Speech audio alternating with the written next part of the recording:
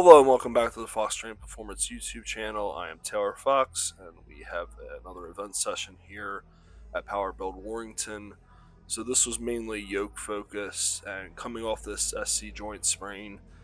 If you want an update on that, check out my previous video as I preview the events for OSG Northeast Regionals. But looking at this joint sprain, I really needed to figure out how much I could tolerate the load of the yoke. I switched up my grip a little bit to make that a little bit more comfortable and just take that tension off my chest.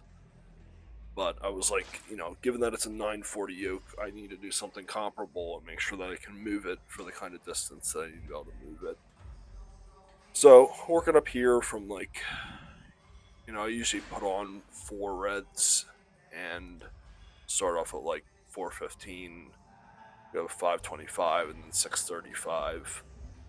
And we're allowed to use grip shirts, so using that, really cueing, like locking those lats in. So reasonably I like to push out on the yoke normally is because I get that upper back tightness. So adjusting my grip and putting my hands outside the uprights, really trying to focus on that upper back tightness and making sure I still have that.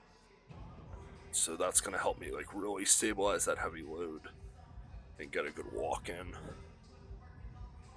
And then this is going to be 855. So I got a good pick on this, and I felt like it was moving well. Definitely not as fast as I would like, but given that the circumstances and me trying to adjust technique a little bit, I felt like it was good. Definitely not usually, touching 855 and moving it this quickly in training.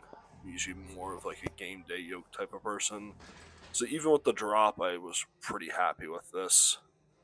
So very encouraging knowing that I can tolerate 900 to 1,000 pounds on my frame.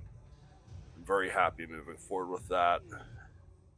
And after this session, really the main focus was to make sure that I could pick heavy farmers and carry those.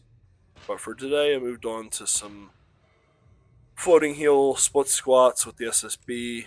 Pretty cool now that they have a Elite FTS SSB, so we have the transformer bar and Elite FTS SSB at Power Build, so you got a bunch of different options. Definitely wasn't happy with the foot position here at first. Would really like to make sure I'm holding that heel up a little bit higher. I feel like this really helps with the foot strength to have a good walk and plant and force production off the floor as you're moving with that yoke. So I definitely corrected that. I made sure that was in line. And that's the thing I think I've mentioned before, but doing the YouTube videos, I really do review sets a lot more. In the past, to be like, okay, I'm going to take videos and I'm going to look at them. But given that I'm looking to make sure what the camera angle is good and have everything in frame correctly, I do also watch the lift right after each set. So then I'm able to really see hey, how does this look, and looking for things that I need to correct immediately. And I think that's really helped.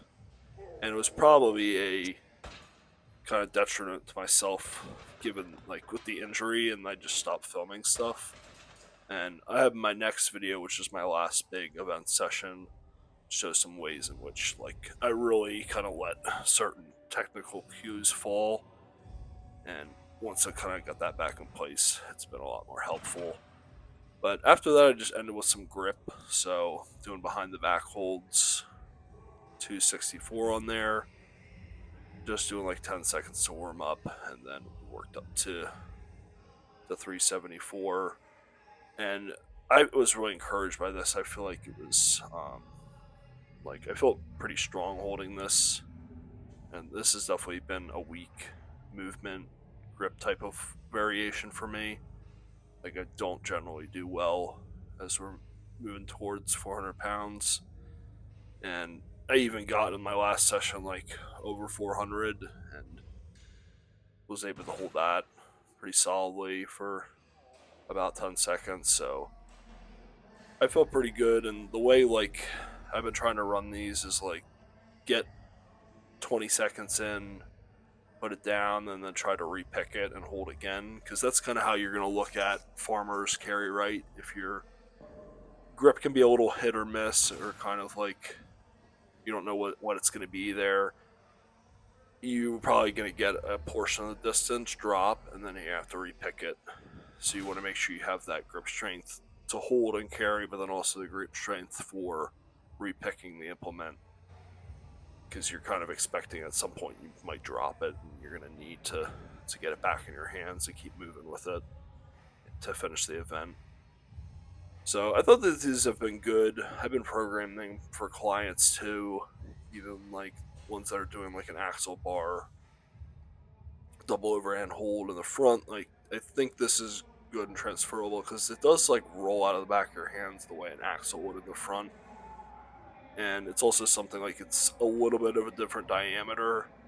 Like, I like to work on different diameters. So it's like if you're doing axle, don't just do axle, do a barbell as well. Or, there's some different axle or thick bars that are not as thick as a normal axle, but still, push your grip a little bit. I think working some different angles like that, even like just hanging from a pull-up bar or a rig attachment, like that's like a good way to work the grip as well, and not just exhaust yourself just with an axle. Certainly not a pro with grip training, but I found a lot of ways to get better with it, which is really what matters in these kind of sports. So definitely try some of these techniques, see how you feel with it. And we'll keep the event videos rolling until the comp, and then hopefully get some footage to put out for the competition, which I think is going to be really cool. But until next time, keep lifting those heavy weights and hold strong.